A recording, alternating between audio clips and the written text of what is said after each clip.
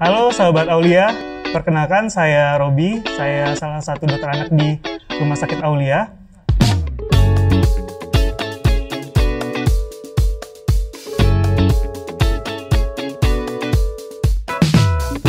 Pada kesempatan kali ini kita akan membicarakan tentang perawatan pada bayi baru lahir. Dan mungkin sudah ada beberapa pertanyaan yang sudah di-input dari tim kita. Ini ya? Oke, di sini ada beberapa pertanyaan yang biasanya cukup lazim ditanya oleh orang tua pasien ke kita, dokter anak.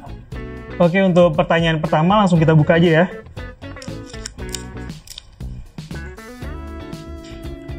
Bagaimana cara melawat tali pusat pada bayi baru lahir? Jadi, prinsip perawatan tali pusat pada bayi baru lahir adalah yang pertama kering, yang kedua terbuka. Pada perawatan tali pusat bayi baru lahir itu ibu-ibu bapak-bapak cukup dibersihkan saja dengan menggunakan kasa atau kapas yang telah dibasahkan dengan air hangat ya. Tapi harus dikeringin dulu, setelah dibasahkan dikeringkan baru dibersihkan tali pusat anaknya. Setelah itu biarkan terbuka, nggak usah ditutup, tidak usah dililit pakai kasa. Ya, biarkan terbuka. Kemudian saat menggunakan pampers atau popok, usahakan si tali pusat tadi berada di atas dari pampers atau popok tadi. Kemudian lakukan hal tersebut rutin sampai dengan tali pusat itu puput sendiri. Biasanya tali pusat bisa puput sekitar 1-4 minggu. Ya, jadi biarkan kering dan biarkan terbuka. Kenapa mata bayi sering belekan? Belekan pada bayi baru lahir itu merupakan hal yang sering sekali terjadi dan merupakan hal yang wajar. Hal ini disebabkan karena aliran air mata dari mata ke arah hidung itu belum terbentuk secara sempurna. Makanya bayi-bayi itu sering matanya kadang-kadang berair atau belekan. Hal ini bisa terjadi hingga bayi berusia sekitar 6 bulan bahkan ada yang 1 tahun. Yang bisa ayah ibu lakukan di rumah adalah cukup dibersihkan saja setiap pagi dengan menggunakan kapas dan air hangat, dibersihkan dari dalam keluar ya kotorannya, dan terkadang bisa dilakukan pemijatan ringan pada sudut mata ke arah hidung dan cukup ditunggu, biasanya dengan naiknya usia hal tersebut akan berkurang. Tapi jika belekannya tebal, mata merah dan serta berbau, maka sebaiknya cepat bawa ke tenaga kesehatan. Oke, pertanyaan selanjutnya, jam berapakah waktu terbaik untuk menjemur bayi? Nah, ini pertanyaan yang lagi tren sekali sekarang, masalah menjemur bayi. Jadi untuk menjemur bayi, sebaiknya itu dilakukan pada jam 10 ke atas, kurang lebih durasinya bisa 5-15 menit. Dan untuk menjemur tidak harus semua badan bayi yang dijemur, cukup sekitar 20% dari badan bayi saja. Dan tetap kalau bisa menggunakan pelindung untuk bayinya seperti penutup mata atau topi ya. Dan sekarang juga sudah mulai ada produk-produk seperti sunscreen bayi, tapi tetap hati-hati penggunaannya. Kalau pada bayi-bayi yang kulit sensitif juga kalau bisa dikurangi pemakaian skincare produknya. Oke, selanjutnya, apakah bayi boleh menggunakan gurita dan bedong? Jadi, apakah bayi boleh menggunakan gurita atau bedong? Kalau untuk gurita sebaiknya dihindari, karena penggunaan gurita sering mengganggu nafas pada bayi. Itu yang pertama. Sebagaimana Bapak Ibu tahu, kalau dilihat nafas bayi, itu mereka sering bernafas menggunakan perut. Jadi perutnya yang naik turun. Kalau digunakan gurita, nafasnya akan terganggu. Yang kedua, penggunaan gurita juga sering menyebabkan anak menjadi gumoh, ya, karena lambungnya ketekan. Jadi sebaiknya penggunaan gurita dihindari. Sedangkan untuk penggunaan bedong, ya, penggunaan bedong jika tidak terlalu ketat masih tetap boleh dilakukan. Tujuannya bisa untuk membantu kehangatan tubuh bayi dan juga bisa untuk membantu tidur bayi. Terkadang jika menggunakan bedong itu ada yang namanya refleks moro atau refleks seperti kaget itu sering berkurang sehingga tidur bayi menjadi lebih nyenyak. Tapi tidak boleh menggunakan bedong secara erat ya. Ini di belakang masih ada pertanyaan ternyata. Lanjut, kita pertanyaan selanjutnya. Kenapa suara nafas bayi sering grok-grok? Prinsipnya itu saluran nafas kita semuanya menghasilkan zat lendir, begitu juga dengan bayi. Cuma karena bayi salurannya kecil ya, sehingga kalau ada lendir sedikit terkadang bisa berpengaruh pada saluran nafasnya. Jadi kalau cuma nafas grog-grog saja, Bapak Ibu tidak usah terlalu khawatir, cukup disusukan saja bayinya ya. Kemudian kalau bisa dijemur pada pagi hari, dengan meningkatnya berat badan, meningkatnya usia, gejala dari nafas grog-grog biasanya akan berkurang. Tetapi jika nafas grog-grog yang mengganggu, ganggunya dalam hal apa? Ganggu menyusut misalnya, atau ganggu tidur, sebaiknya diperiksakan. Oke, kita sampai ke pertanyaan terakhir. Kita buka. Apakah boleh bayi menggunakan minyak telon dan bedak tabur? Untuk penggunaan minyak telon, sebaiknya dihindari.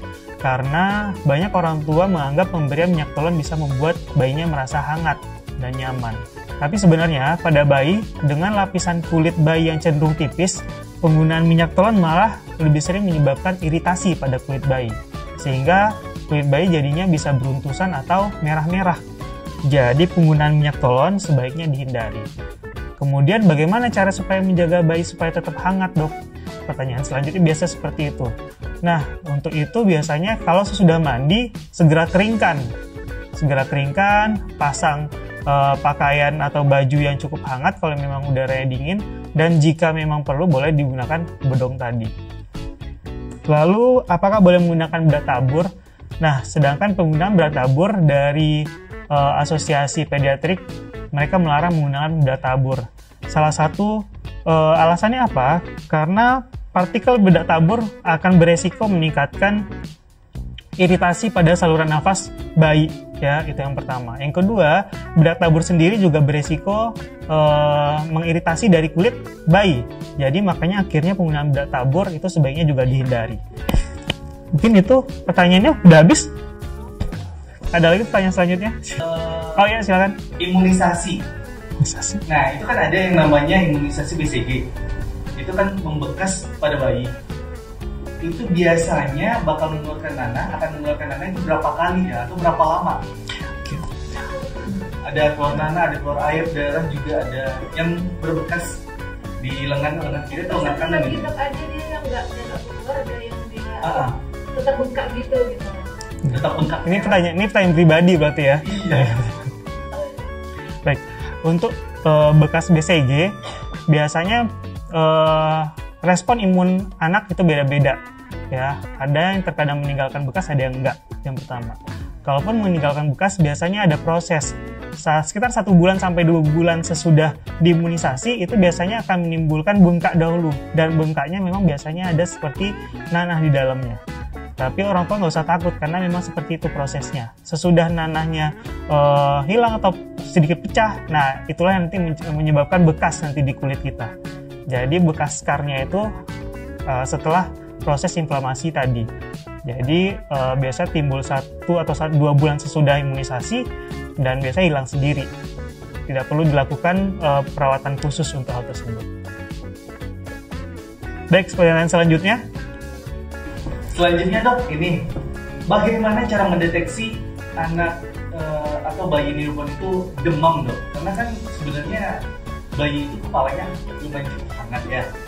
Nah, terus gimana caranya yang sebenarnya? Karena orang tua banyak mengira ini bayinya hangat, dia pusing nih, dia nggak enak badan. Nah, itu gimana? Baik.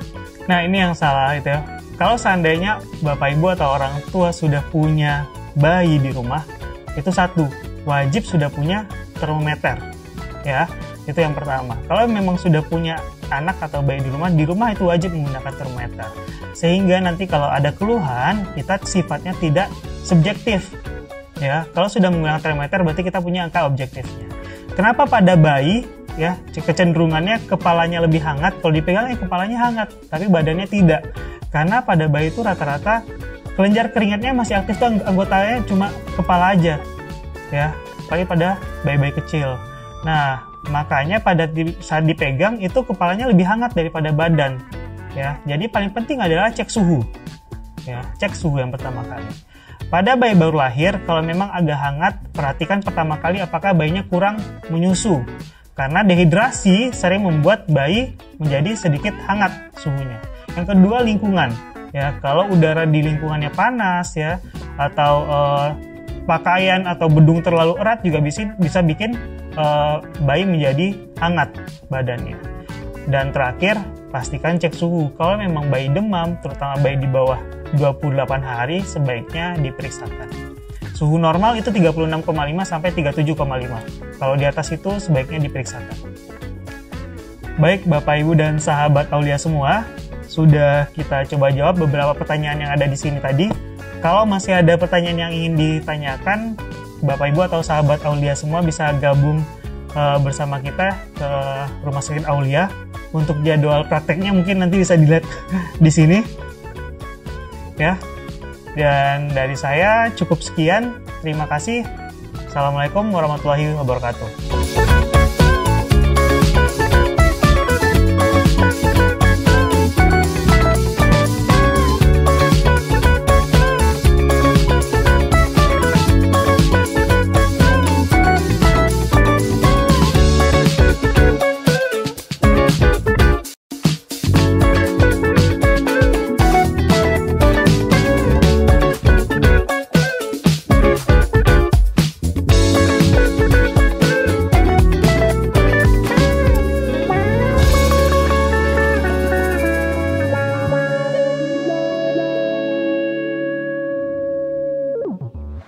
Oke.